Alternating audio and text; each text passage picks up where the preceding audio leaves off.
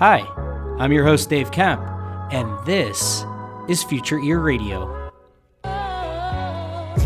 Each episode, we're breaking down one new thing, one cool new finding that's happening in the world of hearables, the world of voice technology.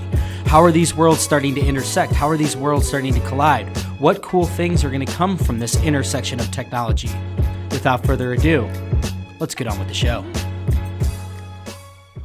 All right, so I'm joined here today by Andreas Stegmann. Andy, tell us a little bit about who you are and what you do. Okay, hi Dave, and thanks for the invite to this very good podcast.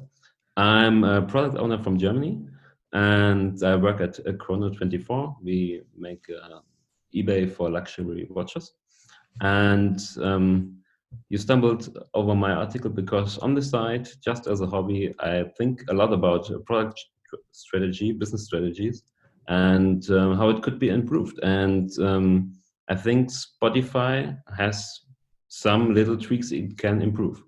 Yeah. Okay, cool. Perfect intro. So I might have butchered your name a little bit. I was trying to use my best German accent there.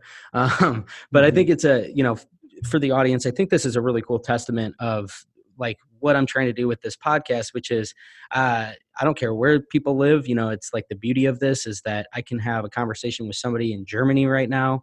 Yeah. And, I found Andy through Twitter. He and I were both tweeting about different stuff regarding Spotify. It's been something that has been really top of mind for me. I look at Spotify as a company that might be pretty well positioned to really help to facilitate and enable what I've been calling like the aural attention economy, and this idea that our eyes are oversaturated, and therefore I think a lot of media is going to be moving more toward like ambient aural type attention podcasts and micro audio content. I really think there's a lot of a lot of runway there. And I came across his piece. He basically replied to one of my tweets, and he was like, I actually have been thinking about this too. And it was a fantastic Medium article that he wrote, which is called Spotify at the Crossroads.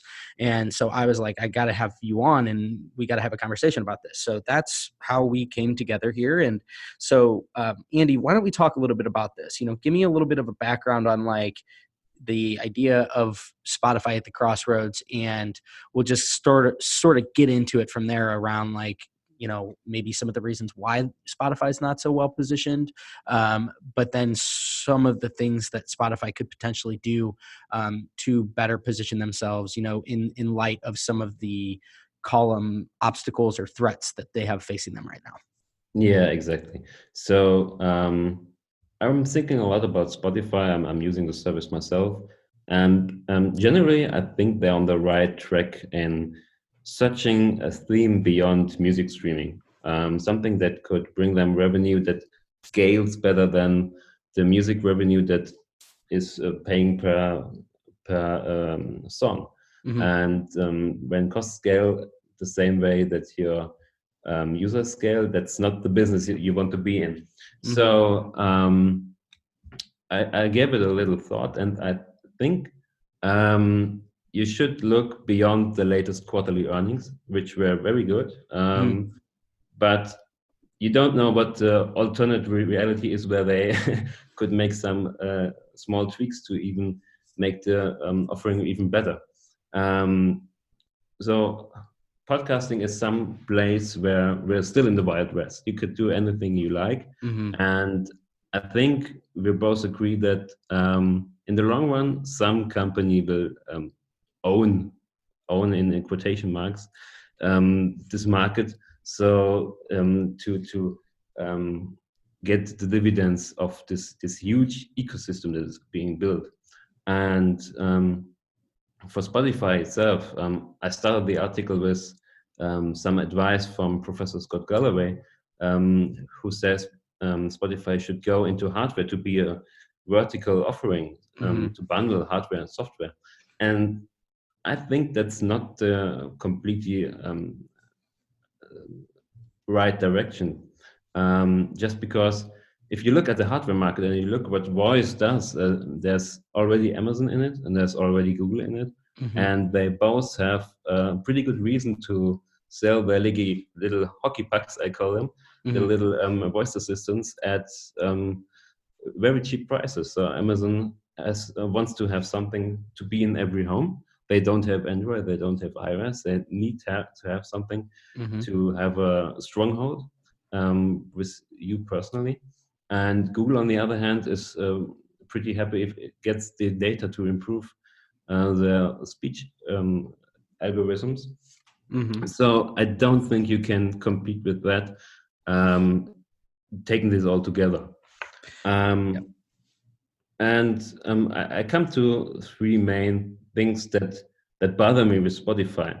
And the first is that I don't think they had to position themselves as sort of the enemy of the podcast community. Because when people talk about what all the big conglomerations do when it comes to podcasting, is they have this fear that is not really well articulated, but is um, so to say that these big conglomerations destroy this little ecosystem that we build and where Mm. everybody is happy and we live in a very not dominated world but big tech, and now comes Spotify and destroys all that.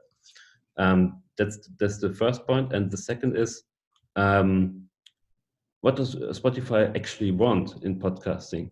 Though you think it's clear, but I'll go to some reasons why it isn't as clear as it could be.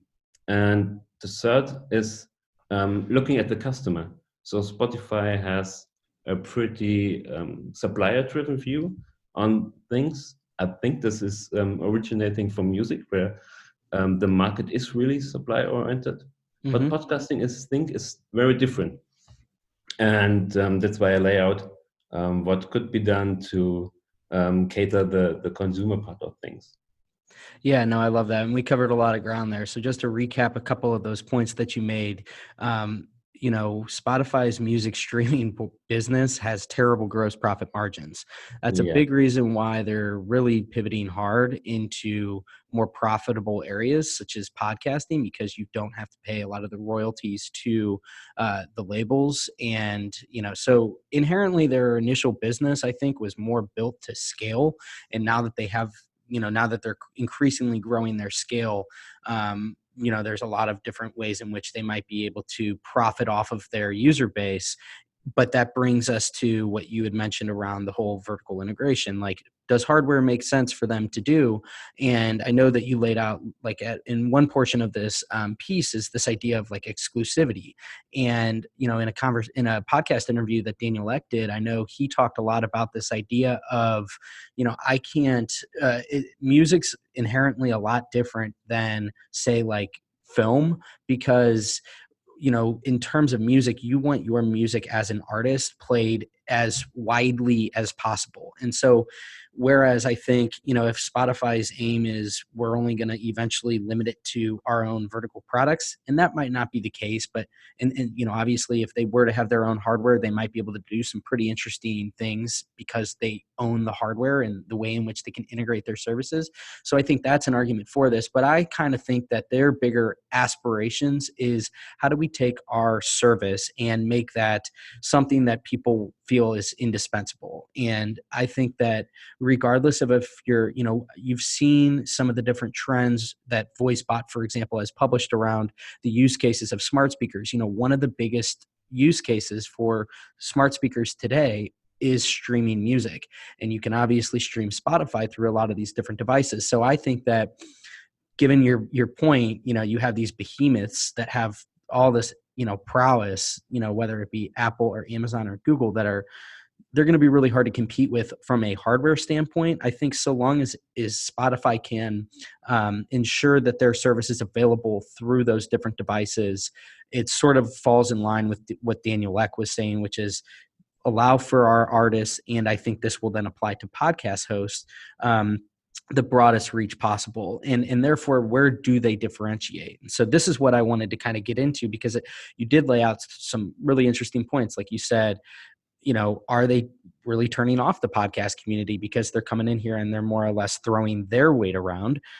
You mentioned, what is behind Spotify's play into podcasting? It's an interesting portion that you wrote there. And then finally, what's the customer benefit in all this? And so, after laying those out, and obviously we're referencing this post throughout this conversation, so I'm going to be linking that in the show notes so that everybody can like pull that up and read it, so they'll know what we're referring to throughout this conversation, because it is a bit lengthy and there's a lot of insight packed into it, so we can't cover everything. But you come to this point here after laying out some of that, where you say, so we've arrived at the $1 billion question. How could Spotify arrange all the puzzle pieces for a coherent offering that serves its users and themselves? So with some of these considerations in mind, why don't you speak a little bit about this whole idea of the $1 billion question? The $1 billion question. The $1 billion refers to the forecasted ad revenue that the US should hit. And if you read my article, you will come across one point where I say it's not even the correct goal, because if you go into subscription revenue and you go beyond advertising, it could go even further, I guess.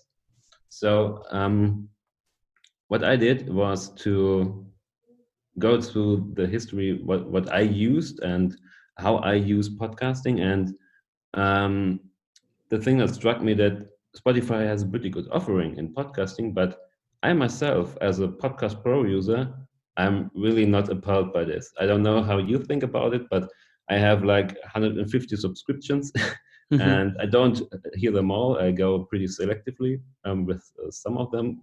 Some of them I hear everything, but it wouldn't come to my mind to go to Spotify because they going after the amateur newbie who hasn't heard of podcasting before, and they don't care about RSS and open standards, and that's okay, I guess. But if you really want to own the market, you should look at who are the professionals in your space and who are the how do I say it, the mind leaders, the mind share, who will amplify your tool. And if I'm looking back to Google Reader, which was an RSS reader tool for Google, it pretty much struck me that it actually was a big tech company, but they built around open standards like RSS, and even the nerds amongst the RSS folks weren't so opposed to it because it pretty much supported everything, and it allowed blogs and RSS to flourish. It was an easy choice. You could tell somebody, hey, I read these and these blogs. Just use your Google account that you already have because you're using Gmail probably, and you just type in the URL and you subscribe to it, and that's a pretty viral flywheel that you open up. And I don't know why Spotify is so opposed to this, to make their own proprietary thing. I hinted at what I think they're in mind here. They have in mind here is they want that you sign the specific Spotify's platform terms, because then they're allowed to go into that more directly and to mix in their ads. But I guess the other way around, to allow everything, and then when every user is on your platform, then to tell the publisher, hey, you could pretty good monetize it if you go to our Spotify ad pool, and or to go even with a subscription service that Spotify could offer, would be the better way. What I thought about were three tiers, so to say. Okay. There's the free tier, there's the ad supported tier, and there's the subscription tier. And I think there is in every one of these, there's a benefit for the listener, the publisher, and for Spotify itself. And that's what I don't see at the current strategy. Yeah, no, I think those are really good points that you made. And I agree. I think that, obviously the ad revenue is appealing, but to your point is, Spotify in some way sort of diminishing the user experience, because of the fact that, they're, more or less kind of dictating the terms. And Mm. as you laid out in here, you know, a lot of the things that like platforms like Breaker or Overcast, you know, so they've actually been introducing some really interesting ways in which, you know, you can layer on social insights into this. For example, like I really liked the piece where you touched on this idea of applying a layer of social insights into the whole podcasting equation, because I think that that ties in really strongly to discoverability. You know, it's kind of crazy to me that podcasting is so big, and a big way in which people discover podcasts is word of mouth referrals. Like Yeah. people talk about them, right? They say like, you got to listen to this conversation, this was awesome. So for me, like something I've thought a lot about is, why isn't there somebody that's emerging? And obviously this might exist, so I might be describing something that already exists, but then that begs the question, why isn't it more popular? Is like, how is there not a service that is creating the ability to share clips of podcasts really succinctly, whether that be in their services, you know, as a whole, or if it's like a new add-in that's on something like a Twitter that allows for you to like kind of really easily cut and paste portions of podcasts so that you can share those. And because if you just tweet out a full podcast, a 20-minute podcast or a 60-minute podcast, even if it sounds really intriguing, you're going to get that sort of hesitancy of like, well, I don't know if I really have the time to devote 20 minutes. And then there's not like a really good way of like saving that today, you know, for later. And so like for me, given that the nature of podcasting tends to sort of surround this idea of us all sharing the best things that we've heard, when I hear a really good podcast, like I immediately go send it to some of my buddies. And maybe that's what it is, you know, it's just something where you send the hyperlink. But I think that there's still so much potential with taking the best 3 minutes in a clip. Or if you're, you know, on Twitter and you're engaging in the conversation, you're like, oh my God, this is what Mark Andreessen was just talking about the other day. And rather than being like, okay, here's the link, and then fast forward to 12 minutes and 22 seconds and listen till 15 minutes and 33 seconds, it's like, if I could just cut that and send that little clip right there. Again, I know that you can do some of this with tools like YouTube and stuff like that, but Mm. again, it's not something that is as commonplace as I feel like it should be, given the fact that audio and social seem to align really well, in the same way that you would want to send a clip from something that you just saw on TV and you just like record it, you share it. And so that's a little bit of a tangent, but it plays into this piece that you wrote about around, you know, kind of like how Spotify could get into more of a social aspect of their services. Exactly, exactly. So I actually had a separate article before the Spotify one where I said what's missing. I think it's a podcast snippets platform. Mm-hmm. And if you recall, the last few days there was this Pacific Content article where they had 20 forecasts about what would happen in 2020 for Mm-hmm. podcasting. And my 21st prediction is that someone will get to the space. Yeah. Um, it's as you said, there are some people who try to get into it, and there are already some good solutions that all feel good. Breaker, I would call them one of them, even if they don't go into snippets per se, but they have this social layer. But what all of them are missing is what Spotify has. As we can um, list them. It's um, your credit card isn't there. You need to get your your payment details on it. Your friends aren't there. No? We can remember when Spotify launched that Facebook Friends integration, and it was pretty cool to see what my friends are listening right now, Mm-hmm. and they're still benefiting from that. And what I also think is the moment you're focusing on social stuff, you don't necessarily have the capacity to think about the basic podcasting stuff. Mm-hmm. So I really want a good podcast app too. And I tried Breaker, and they're falling down for a pretty significant amount of use cases, at least for my Android beta version. And so far, I think Spotify is someone who could leverage that. Yeah, I mean, I think that the, you know, so this idea of your friends. You're right. I mean, I remember when Spotify had that, and then they removed it, and they kind of distanced themselves from this whole social layer. But you know, I keep coming back to this idea of a quote I heard not long ago about just like how new of a medium podcasting is. Like, I think that Yeah. people still are sort of thinking of it as like an extension to something, and not as something as entirely new as, say, like film, or even TV. You know, and so I think because it's so new, like it's going to evolve in so many different directions. Like, I'm thinking in my head right now, like you could almost see this. Do you remember turntable.fm? Did you ever use Yeah. that app? You know, so you could have live performances of podcasts, you know. So if you're a fan of this podcast, you know, you can be in that podcast with all your friends. And not only that, but you can chat while you're in there. So like you can have live feedback throughout this conversation. It might even be something where the host is pertinent to, or, you know, is privy to it, so that they can almost answer it as like a Q&A, or it can be like a collective discussion. You can take this, you can apply it to ideas in which, like, maybe this is a way that internal communications is done within big businesses. You know, you have your quarterly get together as a company is done via a podcast, and it has some of these different capabilities where there's interactivity. So like, again, we are so early on in this, and I think it's interesting that a company like you know, a Spotify, and we talked a little bit about this before we started recording. You know, I think one of the bull cases that you can make for Spotify is that they are living and dying by all of this. You know, they're big enough, and they have big enough scale to where they're bigger than someone like a Breaker or an Overcast and sort of these indie platforms. You know, they have 100 million plus people using their service, so they have good scale.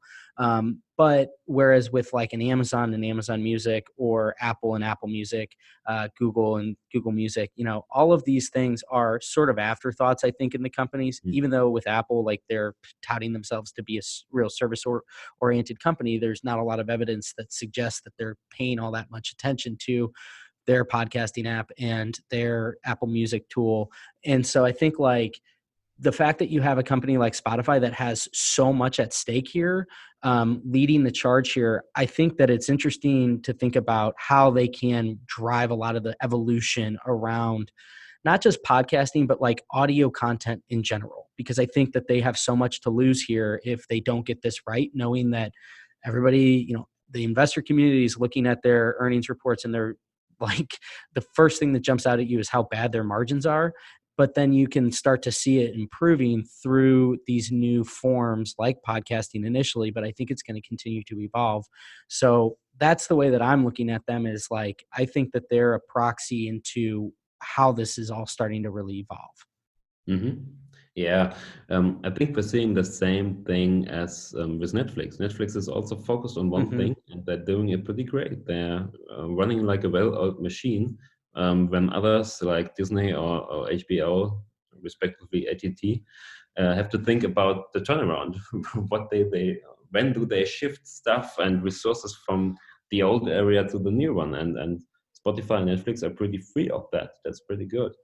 Um, well, I have my questions when it comes to the podcasting community, if Spotify is so immersed in that. So I listened to Daniel Ek on the Invest Like the Best podcast as well. Mm-hmm. And for example, he had this one quote where he basically said, so let's look at the blogging ecosystem, and we seen over time they all switch to Facebook or other closed platforms and consume their content there. And I think that's the wrong lesson to take, to go to the Facebook part directly. What you should do is going again the Google Reader way, and go with the community this way. Mm. It's much better than to jump cut to a conclusion that it's not really in the interest of the community. Yeah, that's a good point there. That's a really good point. So, you know, we're kind of up at the top of the time here, and so I do want to wrap up. But, you know, sort of anything else that you want to say in relation to this piece? And like I said, for everybody listening, I'm definitely going to link it, and I highly encourage you go read this thing, because it's a really interesting way to think about a company that I don't think a lot of people are thinking about it this way. And it's just a really fascinating approach, particularly because a lot of the people that are listening to this are very heavy into the voice space. And just think about, you know, oral attention and RL media goes kind of hand in hand with a voice assistant. You can kind of think of the voice assistant as the layer that controls a lot of this stuff, especially as we get into more of like an AirPods oriented world. So closing thoughts from you. Oh, go ahead and read the piece, of course. Yeah. And then I'm pretty much with you. I guess the next year or two will define or will show us who will come up ahead. And I guess the missing link that we are all looking for when we're talking about oral stuff is how can we get that what we are used from text, this functionality like string F, and I search for a keyword and I find it. How can you do that in an hour-long podcast? Love How that. can we get something like Google Translate for podcasting? How can we get the sharing of a really small snippet in Twitter? You can do that with text, but you can't do it with voice. And I guess this is when this is solved, this problem, podcasting will see another explosion of content. I completely agree with you there. Well, thank you so much, Andy, for joining me today. Thanks for everybody for tuning in this episode, and we'll chat with you next time. Cheers. Thanks for tuning in today. I hope you enjoyed this episode of Future Ear Radio. For more content like this, just head over to futureear.co, where you can read all the articles that I've been writing these past few years on the worlds of voice technology and hearables and how the two are beginning to intersect. Thanks for tuning in, and I'll chat with you next time.